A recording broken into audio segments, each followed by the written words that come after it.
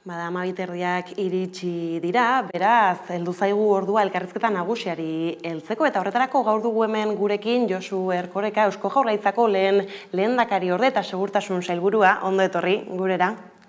Eguerdion, bai. Eguerdion, eta hasteko honetan bertan aurkeztu zuen gorroto delituen txosten horren bueltan hasiko gara hizketan, izan ere hor datu esanguratsuena edo bada nola azken urtetik ona 57 igo egin diren, ez? Egia da urte gorantza doa zela, hor badira hainbeste edo hainbat arrazoi, zeintzuk dira horiek? Bueno, lehenik eta behin esan behar dena da, duela 7 urte hasi ginen azterketa hori egiten. Unibertsitatearekin batera egiten dugu. Ertzaintzak salaketen inguruko datu guztiak biltzen ditu eta informazio hori guztia unibertsitatearen eskuetan jartzen du eta gero azterketa bera unibertsitateak bere irizpide zientifikoekin egiten du. Eta honen helburu nagusia zen berez bagenekien delito eskutua zela gorroto delitua. Egon bazela, baina eskutuan zegoela, bai jenteak delitutzat hartzen ezuelako, bai delitutzat hartzen zuenak salatzen ezuelako, baina nola nahi ere gizarteak eskutuan daukan delitu batela. Beraz, helburu nagusia, hasierako helburua bentsatzen, eskututzat zegoen delitu hori azalaraztea. Eta hori urtean lortzen joan izan gara, eta unibertsitateak argi eta garbi izaten du, helburuetako bat lortu dela, eskutuan zegoen zerbait orain azaldu egiten delako, eta lehen ere segurazki bazegoen, baina lehen esen ikusten, eta orain ikusgarri jarri dugu, eta hori ezinbestekoa da gero diagnostikoak eta egin ahal izateko. Orduan, igoera nondik datorren? Segurazki delituetan, beraietan, delitu kopuruan igoera bat izango zen, baina probableena da igo duguna zera dela. Kontzientzia handiagoa dagoenez, sensibilizazio handiagoa dagoenez gaur egunean gorroto delituak ezin daitezkeela onartu eta daudenean, ematen direnean salatu egin behar direla, askozaz jente gehiago orain salatu egiten duela egiten ezena. Eta eskutuan zegoena, lurpean zegoen delitua orain azalera dakargula eta orain ikusi dezakegula bai benetan hurbilago zer gertatzen ari den. Gainera, importantea bada arlo ezberdinetan, erakusketa hori egitea eta bada zabala egin duzuen ikerketa. Hor besteak beste datu gehienak, edo gorroto delitu gehienak xenofobiarekin eta arrazakerekin lotuta daude. Eta esan duzunaren ariare hori agian zer da, jendeak berak, EAen bizien jendeak kontzientzia hartu duela ere euren eskubideen inguruan? Inolako zalantzarik gabe, bai. Bueno, gu kanpainak ere izan ditugu, horrelako adibide konkretuak eskainiz gizarteari, komunikabideen bitartez, erakutsiz, zeintzuk izan daitezkeen egoera diskriminatorio batzuk gorrotoa bitartean dela, eta, gorrotoa batez ere xenofobia arrazoiak bitarteko direna, arrazismo kontuak arrazoiak bitartean direlarik, eta esanez gainera, hori gertatzen denean salatu ezazu, hori delitua delako eta hori salatu egin behar delako. Eta horrek aurrera egin du eta horrek arrakasta izan du inolako zalantzarik gabe. Eta orduan argi dago jenteak orain sensibilizazio handiago daukala eta lehen ontzat hartzen zuena, ala aguantatu egiten zuena, orain salatu egiten duela, ez duelako onartzen hori gerta daitekeenik. Baina hor bigarren erakuslea edo bada ez generoarekin edo eta sexu identitatearekin lotutakoa, kasu horretan zein dugu egoera Araba, Bizkaian eta Gipuzkoan? Argi eta garbi, zuk esan duzun moduan, diskriminazio arrazoirik nagusiena da xenofobia. Arrazakeria edo eta etnia edo, holako arrazoi bat gorroto delituaren oinarrian diskriminazio motibo edo arrazoi moduan dagoena. Erdiak baino gehiago dira oinarri hori daukatenak. Erdiak baino gehiago. Gero, atzetik datoz, sexu identitate edo orientazioarekin zerikusia daukatenak. Horiek 21% edo esango dira. Eta gero, horien atzetik datoz, arrazoi politikoak direlarik, ala genero arrazoia oinarrian dagoenean. Generoaren kasuko hau interpretatu behar da 2022 urteari dagokionez batez ere Uda partean gogoratuko du mundu guztiak, nola pintzazio batzuk eman ziren, jai egunetan, jai giroetan eta bar, zistadak gertatzen ziren, eta horiek guztiak erregistratu ziren lesio delitu moduan, baina genero arrazoia bitartean dela, edo genero arrazoia oinarrean dagoela gorroto agrabantearekin. Orduan, hori guztia horrela erregistratu zen, eta hori guztia gero estadistika pustu egin dute, erakusten emanez, genero arrazoia, diskriminazio arrazoi moduan, hor dagoela eta igoera nabarmena egin duela 2021-etik 2022 bitartean. Beraz, aipatu dituzun guzti hauek aintzat hartuta, eta gero ikusi dugun nola txostena baden zabalagoa. Eusko Jaurlaritzatik zelan egiten jarraitu datu hauek apaldu daitezen? Hemen argi dago gauza bat, hemen prebentzio neurriak hartu behar dira, horrelakorik gerta ez dadin, etorkizunean, baina prebentzio neurriak batez ere, eta ezinbestean, sensibilizazio mailan eman behar dira, baloreak aldatu behar direlako, hezkuntzak eta pedagogiak zeresan handia daukalako, eta erakusten eman behar delako, gizarteari jakina batzi behar zaio, orain arte espadaki ere, horrelako jarrerak ez direla onargarriak gizarte demokratiko batean, eta errespetuan oinarritutako, personaren duintasunean oinarritutako elkarbizitza baten barruan. Hor zeresan handia daukate pedagogiak, hezkuntzak, kultura baloreak eta horiek guztiak, eta horretarako prebentzio lan bat egin behar da, ez bakarrik segurtasun sailaren partetik, baizik eta sailaren edo erakunde publiko guztien partetik dago zeregin handia. Ez da, azkenan norabide berdinean transversaltasunez horri heltzeko. Eta gero bada analista asko ez alako datuen atzean irakurtzen duena eskuin muturraren gorakada bat egon daitekeela edo ideia horiekin lotutako delituak ere badirela hauek zuek segurtasun saietik eta Eusko Jaurlaritzatik halako joerarik ikusi duzue? Horrelako zerbait badago, baina gure gizartean muturreko eskuma horrek indarra handirik ere ez dauka, ez gizartean ez da adierazpen politikoan ere, ez da. Beraz, gizarteak berez dituen baloreen eta irizpide orokorren ondorio ezinbestekoa da, hori agertzen den hori, ez da. Eskumako muturrak edo muturreko eskumak badauka bere eragina, baina Euskadin ez dauka hainbeste indarrik, eta ez dugu identifikatu argita garbi benetan horren atzean horrelako arrazoirik dagoenik, ez da. Zero, aparte txostenaren kontuekin bukatzeko bada kuriosoa agian, edo bintzat niri egin zain nola Bizkaian datua bera, kopurua nahiko handiagoa baden, beste bilurraldekin alderatuta, horrek badu zerraiti bat atzean? Kontuan hartu behar da, populazio horik handiena Bizkaian dela baita ere, orduan estadistikak berak dakar ezinbestean, populazioaren erdia baino gehiago Bizkaian bizi bada, delituak ere ezinbestean gehiago izan behar dira kopuruan, eta orduan horren ondorioa da. Proporzionalki ikusita ez dugu somatzen Bizkaian modu nabarmenean behintzat beste lurraldeetan baino gehiago ematen denik. Ez naiz ni horrelako ondoriorik ausartzen, ñabardurak izango dira eta urtean segurazki aldaketa batzuk izango dira, baina hori estadistikaren ondorio ezinbestekoa da. Eta halakoek eragiten dute lurraldearen arabera protokolo ezberdinak esartzea? Protokolo ezberdinik ez dago lurraldearen arabera. Egon daiteke lurralde baten bertan ere herrialde batzuetatik beste batzuetara.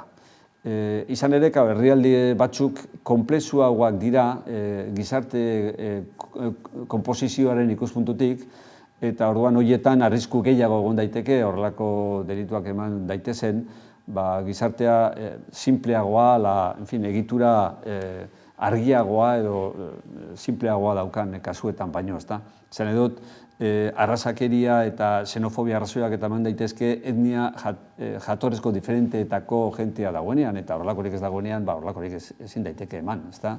Eta, indiskriminazio arrazoi batzuetan zailagoa da, bereziki hori egitea, baina, erdiak baino gehiago esan bezala xenofobia eta arrazakeria arrazoietan oinarritutako gorroto delituak dira, eta erdiak baino gehiago, horrek bere pisua dauka.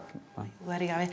Eta, bueno, ez, Bizkaian eta delituez hitz egiten gabiltzala gaiz aldatuta, arma zuriei helduta justu aste buru honetan, ez, bintzat, albiste bati heltzearren justu pertsona bat atxilotu dute, gizonezko bat, beste gizonezko bati, ez, arma zuri batekin eraso egitearren, orain ez dakit pare bat hilabete izango direla, ez, arma zurien bueltan, horixe kontrolatzeko disposizio berriak martxan jarri izan dituztela, nolako balorazioa egiten da, ez, orain hartan edo helburuak betetzen badabiltza?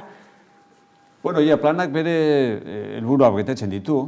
Planaren aplikazioan hainbat neurri hartu izan dira, eta besteak beste baita ere prebentzio neurriak lekuan lekuko ikerketak eginez, eta batez ere puntu gorri eta arriskutsuenetan prebentzio eta jarraipen zehatz eta zorrotzak eginez, ezta? Eta, bueno, intervenitu dira hainbat arma zuri, hainbat. Eta ikusi dugu, neurri batean behintzat, leku batzuetan arma zurien presentzia bera etorri dela, agian planaren aplikazioaren ondorio gisa, agian, ez dakit seguru, baina baita ere beste delitu batzuk azaldu direla, ezta? Arma zurien bila gabiltzalarik, gero drogak eta horrakoak agertu dira baita ere, eta horien gora egin dute batek besteak ekarri duelako, ezta? Bueno, plana bere aplikazioan dago eta emaitzak ematen ari da. Denak ez dira erabat aplikatu, beste neurri batzuk ere aurreikusita zeudelako, arauetan eta gauzatu beharra daukatenak eta oraindik ere implementatu gabe daudenak, ez da? Eta, esan duzu justu ez, agian arma zuena apaldu egin dela jakitun, ez, protokolori martxan badela, eta drogena gora, orain aste santutik justu bueltan bagaudela, ez, halako delituak oporraldi garai hauetan, ez, jendearen joan etorri handiagoa ere badela nagusitu egiten dira, edo... Bueno, ez ezinbestean oporraldiarekin eta denbora librearekin. Egia da, arma zuriekin egindako delituak asteburuetan presentzia eta indar handiago dauketela aste barruan baino. Baina egia da baita ere, gehienak kalean egiten diren arren, asko eta asko etxe barruan egiten direla. Etxe barruan esan nahi dut, delitu asko egiten dira, gero arma zuriaren erabilera azpimarratzen ez dutenak, kasu horietan ez da azpimarratzen, esate baterako,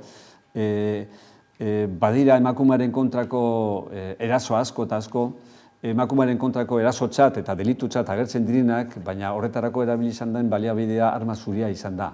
Eta ez dira kontutan hartzen horretarako, baizik eta hor azpimarratzen dena da emakumearen kontrako delitua izan dela eta arma zuriaren erabilera apur bat bazterrean gelditzen da, baina arma zuria erabili izan da etxe barruan egindako delitua izan delako eta etxe barruan normalean etxe guztietan dago arma zuria eta hor erabilgarria da, ezta? Ez da beti arma zuriaren erabilera delituetan kalean, pandilla edo talde diferenten arteko burrukaren ondorioa ez bakarrik, horrelako kasua bakarrik ez dira ematen. Beste delitu asko eta asko ematen dira, beste titulu bat daramatenak gero estadistiketan, baina arma zuriaren bitartez egin izan direnak, ez da? Zure ere hor badago eta hasieran horre tarteka aste santua aipatu dugula, ez? Nolako balorazioa egin duzue dagoeneko, joan etorriena, ez dakit intzidentzia nabarmenik gertatuen hor itzuleare egon da tarteka agian, ez? Esfortzu gehigarri bat ere suposatu izan du.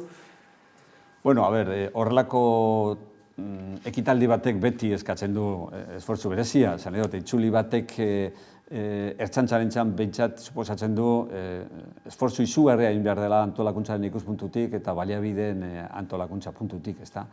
Bueno, bai, hori egin da, baina profesionaltasun handia dago, esperientzia eta eskarmentu handia dago ertzaintzaren baitan horrelako kirol topaketetan edo ariketetan parte hartzeko eta hori ondo izan da. Nik uste dut azkenean balorazioa positiboa izan dela ikuspuntu guztietatik, ezta? Eta entrenamentutzat balio izan du Frantziako turrera begira, horre bat hor erraldoia, ezta? Bai, urtean izaten dira hemen txirrindularien lasterketak urtean izaten hainbat, ezta?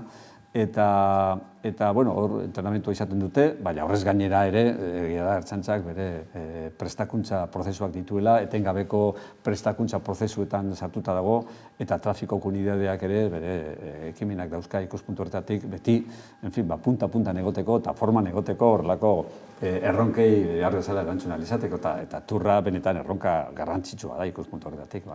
Baina, jende pila bat etorriko da bai ala bai, ekitaldi oso oso handia izango da, beraz prest bazodetela esaten zabiltza, ezta? Gu prest gaude, eta Ertzaintza prestatzen ari da, Jaurlaritza osoa, baina hemen gizartea bera ere kontzientziatu egin behar da. Esan dut, turraren baldintzak ez dira edozein txirrindulari lasterketak jartzen dituen baldintzen parekoak. Askozaz exigenteagoak dira.